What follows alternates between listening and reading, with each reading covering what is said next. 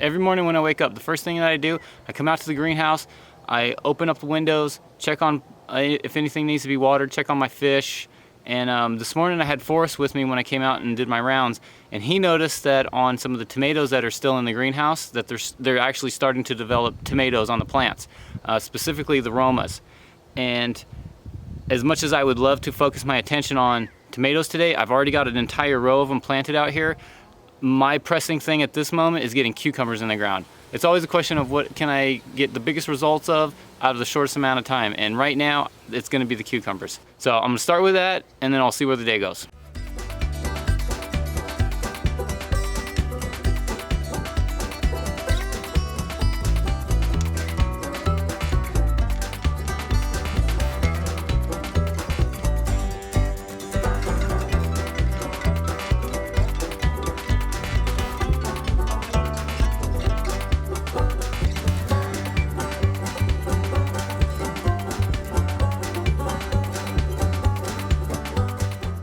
Okay, so I was thinking about what I'm going to do with those tomato plants while I was planting the cucumbers.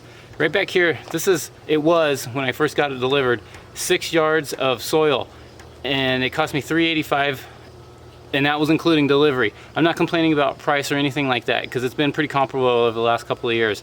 However, diesel right now, just right down the road from me, is like up to $5.60, and who knows what that's going to be next year.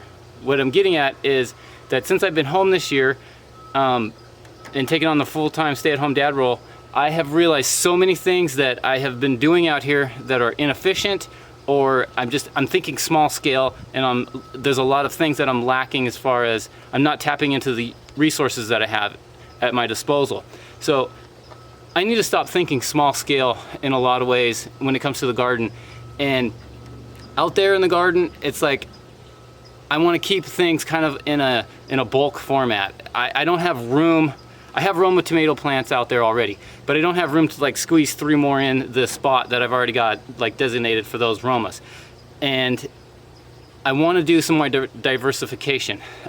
If I'm going to do like a hodgepodge of plants here and there or whatever, I'm going to keep that kind of stuff in the greenhouse. I want to keep the big bulk items out there in the garden. So what I'm going to do is get some horse manure, some wood chips, and just a little bit of this stuff to kind of mix it in and try and stretch the stuff as far as I can.